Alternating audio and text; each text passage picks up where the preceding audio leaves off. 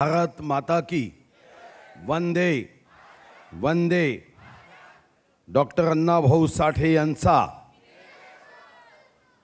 मातंग चेतना परिषद विदर्भ प्रदेशाच्या वतीने आयोजित या साहित्य रत्न डॉक्टर अण्णाभाऊ साठे यांच्या जयंतीनिमित्त होणाऱ्या कार्यक्रमात उपस्थित या चंद्रपूर जिल्ह्याचे भूषण श्री भागवताचार्य श्री मनीषजी महाराज, परमपूजनीय गजानंदजी मावळी पुसद, कैलासदादा खंदारेजी, या कार्यक्रमाचे आयोजक अध्यक्ष वामनराव आमटेजी, गौरवदादा गांजरेजी, योग नृत्य परिवाराचे आदरणीय अध्यक्ष गोपाळ मुंदडाजी, सुरेशजी घोडगे, राजेश भाऊ आमटे, श्री आशिष मुंदडाजी, मंचावर उपस्थित मातंग चेतना परिषदेच्या विदर्भ प्रांताचे सर्व पदाधिकारी सदस्य, या कार्यक्रमात उपस्थित मातंग समाजातील माझ्या सर्व आदरणीय देशभक्त मान्यवर बंधूंनो, भगिनींनो, विदर्भाच्या कानाकोपऱ्यातून आलेल्या मातंग समाजातील माझ्या आदरणीय मान्यवर बंधूंनो, भगिनींनो व ज्यांच्यासाठी प्रोत्साहन देण्यासाठी या कार्यक्रमाचं आयोजन करण्यात आलं आहे, असे सर्व ज्यांचा गौरव आपण करणार आहोत, गुणवंत विद्यार्थी विद्यार्थिनी, सामाजिक कार्यकर्ते, ज्येष्ठ नागरिक व इतर सर्व मान्यवर बंधू भगिनींनो, मी सर्वप्रथम वामन आमटेजी व त्यांच्या टीमला धन्यवाद देईल की त्यांनी या कार्यक्रमाचं मला निमंत्रण दिलं. मला नेहमीच मातंग समाजाबद्दल अभिमानही आहे आणि आकर्षणीय आहे. प्रत्येक समाज आपल्या समाजाच्या माध्यमातून राष्ट्रहिताचं काम करतोच, समाजहिताचेही काम करतो, पण मातंग समाजाबद्दल हे वैशिष्ट्य आहे की जन्म झाला तर आनंदासाठीही मातंग समाज आणि मृत्यू झाला तर दुःखातही सहभागी होणारा मातंग समाज. फक्त स्वतःसाठी नव्हे तर इतर समाजाच्या लोकांच्या कौटुंबिक आनंदात विवाह असेल तरी त्या विवाहाचं लग्न पूर्ण तोपर्यंत होत नाही जोपर्यंत वाजंत्री गगबगा न करणे असं म्हटल्यानंतर तो बँडचा जर आवाज आला नाही तर त्या नवरा आणि नवरीला लग्न झाल्यासारखं कधी वाटतच नाही. आणि हे माझं सुदैव आहे. खरं तर वामनराव आपल्या समाजाच्या प्रगतीसाठी, विकासासाठी, मागण्यांसाठी कार्यक्रमाची वाटच पाहिली पाहिजे असा नियम नाही आहे. खरं तर आपल्या समाजाच्या मागण्या पूर्ण करण्यासाठी मी तुमच्या पाठीशी कधीही उभा आहे, पण त्याचा योग्य पाठपुरावा करणं, त्याच्या मागे लागणं, कोशिश करने वाले की कभी हार नहीं होती या भावनेने काम करणं हे महत्त्वाचं असतं. अन्यथा आज आपण कार्यक्रम केला, तुम्ही माईकवरून मागणी केली, तुम्ही इकडे मी तिकडे, आणि मागणी याच सभागृहात दबून जाईल. जेव्हा आपण या ठिकाणी आपल्या समाजासाठी काही अपेक्षा व्यक्त करतो, समाजाचं नेतृत्व करतो, समाजामध्ये असणारा जो शेवटचा वर्ग आहे त्याच्या चेहऱ्यावर आनंद निर्माण व्हावा, त्याच्या आयुष्यात जर अंधाराचा कवडसा असेल तर तो प्रकाशामध्ये बदलावा, हे तर सामूहिक काम आहे, सर्वांनी मिळून केलं पाहिजे. आणि हे करत असताना मग एक गोष्ट वामनराव सांगितली पाहिजे. मग तर कोणी मागणी केली नव्हती, पण मला आठवतं की मातंग समाजाचा आयोग व्हावा. मी वर्तमानपत्रात नुसतं बातमी वाचली की एक डॉक्टर भोगले नावाचे व्यक्ती 900 दिवसापासून आझाद मैदानावर उपोषण करताय. मला आश्चर्य वाटलं की या स्वातंत्र्य हजारो लाखो शहीदांनी प्राणाची आहुती देऊन देशाच्या स्वातंत्र्याचा मंगल कलश दिला आणि 900 दिवस एखाद्याला माझा परिचय नाही, मी त्यांना ओळखतही नव्हतो, मी साधा आमदार होतो, पण जेव्हा मी बातमी वाचली तर मी आझाद मैदानात गेलो. मी विचारणा केली की आपण 900 दिवसापासून उपोषण करताय. ते म्हणाले हो 900 दिवस झाले.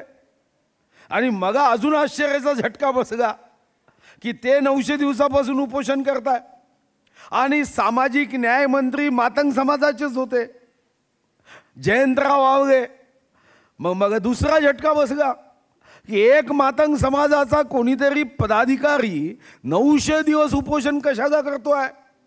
तर स्वतःसाठी नाही, नोकरी मागण्यासाठी नाही, हमारी मांगे पुरी करो यासाठी नाही, मला वेतन वृद्धी द्यावी यासाठी नाही, तर एक डॉक्टर भोगले नावाचा व्यक्ती 900 दिवस उपोषण करतो की माझ्या समाजाचा अभ्यास झाला पाहिजे, स्वतंत्र आयोग बसवून या आयोगाच्या माध्यमातून हा जो समाज आहे हा स्वातंत्र्यानंतर प्रगतीच्या मुख्य प्रवाहात आला पाहिजे. मी मनात विचार केला हे तर शुभ कार्य आहे, आपल्या हातूनच झालं पाहिजे.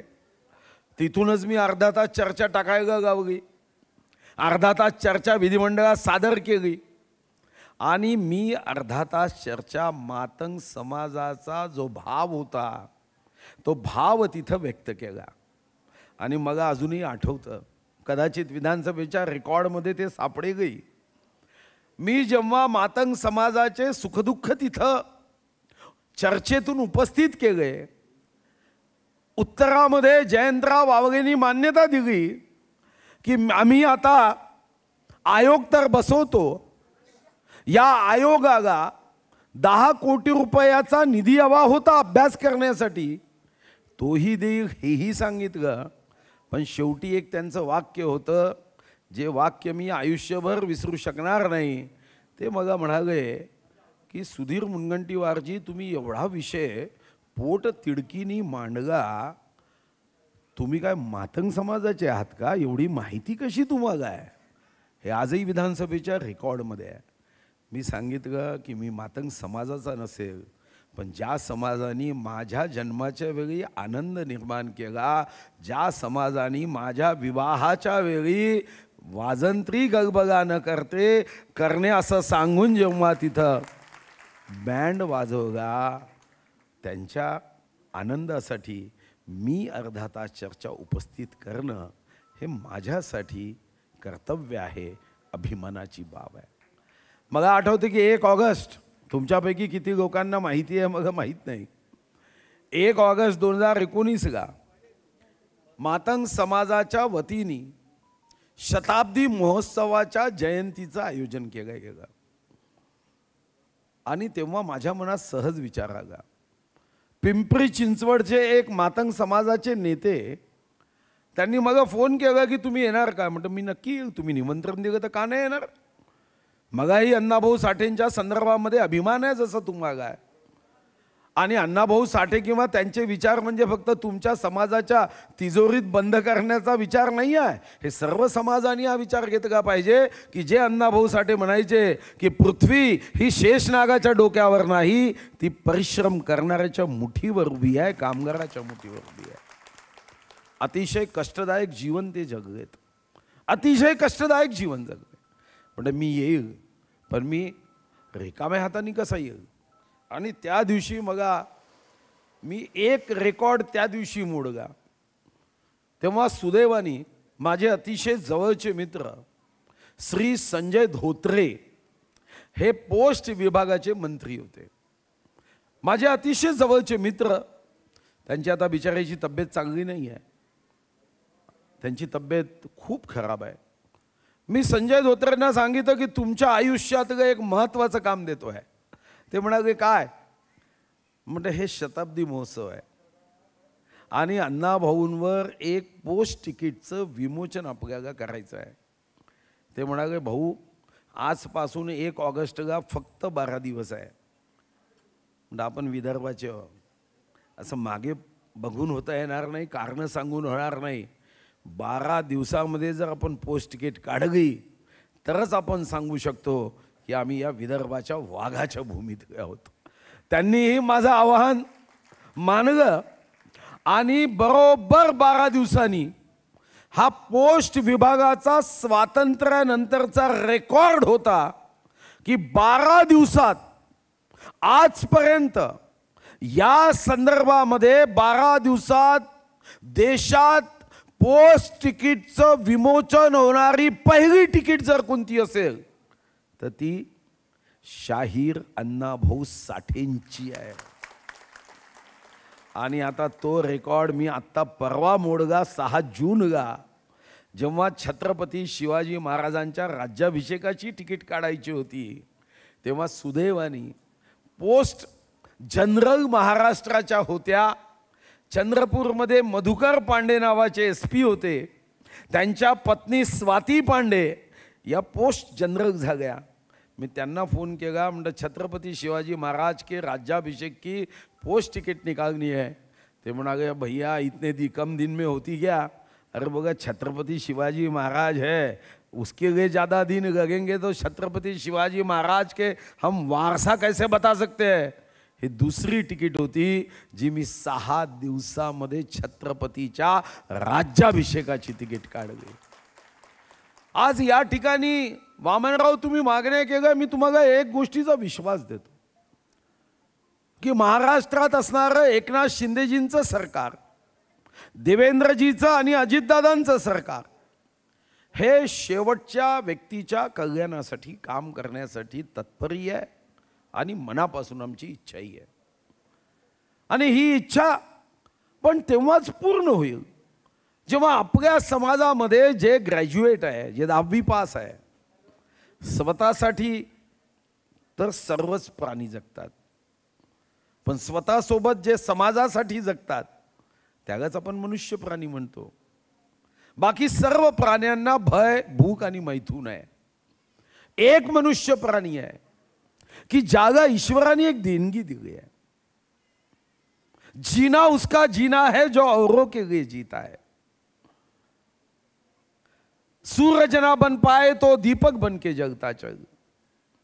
हा भाव फक्त मनुष्याला दिलेला आहे. मग हा भाव घेऊन समाजामध्ये जे सुशिक्षित आहे त्यांनी मनात एक विचार केला पाहिजे की मैं और मेरा परिवार, बाकी सारी दुनिया बेकार, या चौकटीतून बाहेर निघालं पाहिजे. जे जे म्हणून आपल्याला आपल्या परिवाराच्या सेवेसाठी करता येतं ते केलंच पाहिजे, कारण ते कर्तव्य आहे.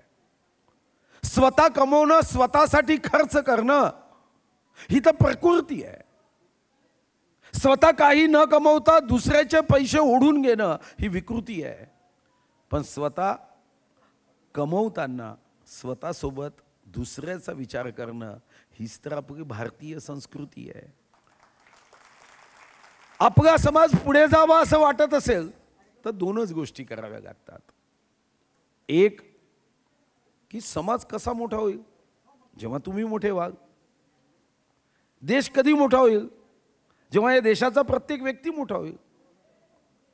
आज आपण चांद्रयान 3 साऊथ मूनवर गेलं आणि मी आज खरं तर माझी तब्येत थोडी बिघडली, कारण 4 दिवस झाले माझं जागरणच होत होतं.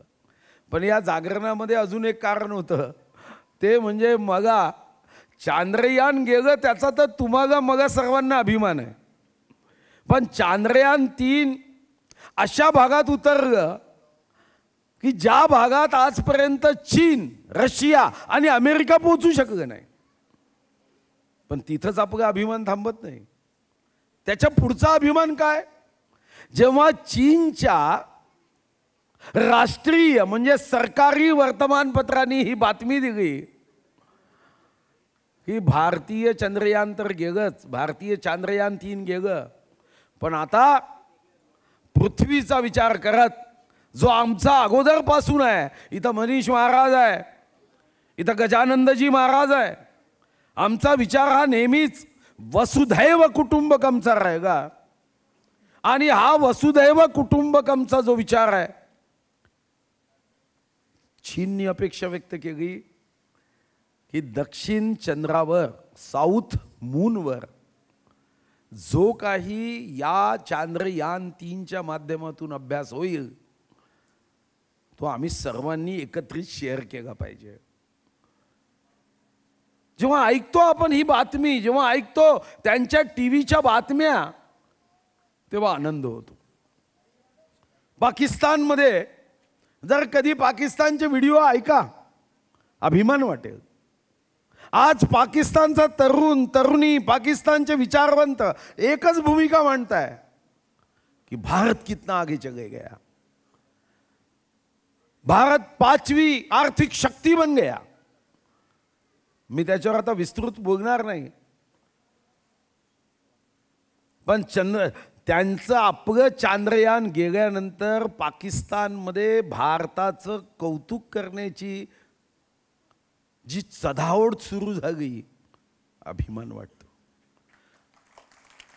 पण हा अभिमान का वाटतो? कारण कोणीतरी आपल्या देशातला विचारवंत होतो, कोणी संशोधक होतो. भारत माता की जय म्हणणं हे तर आपली नैतिक जबाबदारी आहे, पण भारत मातेची जय होण्याची कृती करणं हे आमचं कर्तव्य आहे. या समाजामध्ये आता जे गुणवंत विद्यार्थ्यांचा सत्कार केला जाणार आहे, त्यांना मी आग्रहपूर्वक सांगेन की जगामध्ये सर्वात मोठी आई वडिलांना देण्याची भेट कोणती आहे? ज्या आईनी 9 महिने त्रास भोगत आपल्या गर्भात एखादी माझी बहीण आई त्या गर्भामध्ये जेव्हा 9 महिन्याचा बालक असतो तिला किती यातना होतात, आणि जन्म देते. तिच्या चेहऱ्यावर आपल्या कुटुंबात जन्म घेतलेल्या मुलाबद्दल काय काय तिच्या चेहऱ्यावर आनंद असतो. मग काय आपली जबाबदारी नाही आहे की मोठं होऊन आईनी तुमच्यासाठी कष्ट घेतलेत, तर त्या आईनी जन्म दिला, त्या आईचं आपण काही देणं लागतो? मग आईला आणि वडिलांना सर्वात मोठी भेट काय? 4 बेडरूमचा फ्लॅट दिला तर आई वडील ठीक आहे थोडे आनंदी होतील. एखादा 20 तोळ्याचा सोन्याचा दागिना दिला, ठीक आहे थोडे आनंदी होतील. एखादी कार घेऊन दिली तर थोडे आनंदी होतील. पण जगातला सर्वात जास्त आनंद आई वडिलांना तेव्हा वाटतो जेव्हा त्या आई वडिलांचा मुलगा आपल्या आई वडिलाच्या हाती मेरिटची मार्कशीट देतो, गुणवंत म्हणून गुणपत्रिका देतो. आणि यापेक्षा जगातला कोणताही मोठा आनंद नाही. धन चोर चोरून घेऊन जाऊ शकतात, पण तुमचं ज्ञान कोणीही नेऊ शकत नाही. कधीतरी लहानपणी शिक्षकांनी मला सांगितलं, आणि ते मलाही पटलं, खरं तर पाश्चात्य देशामध्ये असे संस्कारच नाही आहे. तुम्ही ही कथा ऐकली की सिकंदर जेव्हा त्याच्या अंतिम समयी आपल्या प्रधानजीला म्हणाला कि जब मेरी अंत्ययात्रा निकलेगी तो शव पेटी के बाहर मेरे दोनों हाथ निकाल के बता दीजिए कि मैंने दुनिया जीती थी, मगर जाते समय मैं तो खाली हाथ जाऊंगा, खाली हाथ आया हूं, खाली हाथ जाऊंगा. हे पाश्चात्य विचार आहे. पण आपला देश तर हर समय एक कदम आगे होता है. आपल्या देशाचा विचार आहे की शरीर हे तो वस्त्र आहे, शरीर हे नष्ट होणार आहे, पण आत्मा अमर है. आत्मा जलता नहीं, आत्मा नष्ट नहीं होता. हा भाव आपल्या संस्कृतीमध्ये आहे, आणि म्हणून आपली संस्कृती सांगते कि शरीर खाली हाथ आता है, खाली हाथ जाएगा. आत्मा कभी खाली नहीं आता और खाली नहीं जाता. आत्मा संस्कार लेके आता है, आत्मा ज्ञान लेके आता है, आत्मा कर्म लेके आता है. और इस जन्म में धन तो आखिरी सांस के समय छोड़ के जाना होता है, मगर ज्ञान ये अगले जन्म में भी हमारे साथ आता है. म्हणूनच 4 वर्षाची मुलगी 18 अध्याय भगवद्गीतेचे तुम्हाला मला येत नाही, पण एका सेकंदात सांगते, धर्मक्षेत्रे कुरुक्षेत्रे समवेता युत्सवा मामका पांडवा शैव किम कुर्मत संजय. संजय वात हे कसं सांगू शकते? तुम्ही कधी यूट्यूबवर बघा, एक अलका चंद्रगिरवार नावाची 3 वर्षाची मुलगी वनीची 60च्या 80च्या स्पीडनी टायपिंग मशीन चालवते. मनात विचार येतो की 3 वर्षाची 4 वर्षाची मुलगी एवढ्या स्पीडनी टायपिंग मशीन कशी चालवू शकत असेल. आणि याचं साधं कारण आहे, 15 वर्षाचे छत्रपती शिवाजी महाराज पहिला तोरणा किल्ला कसा जिंकू शकतात. ज्ञानेश्वर हे 16व्या वर्षी ज्ञानेश्वरी कशी लिहू शकतात. याचं एकमात्र कारण की या जन्मी आपण जे प्रयत्न करून ज्ञान प्राप्त करू ते या जन्मापुरतच नाही तर पुढच्या जन्मी सुद्धा त्याच्यातला काही भाग आपल्यासोबत येणार आहे. धन परिवारासाठी, कुटुंबासाठी, आनंदासाठी, सुखासाठी वैभव तर पाहिजे आहे, पण एक कोरडं वैभव हे फक्त कामाचं नाही.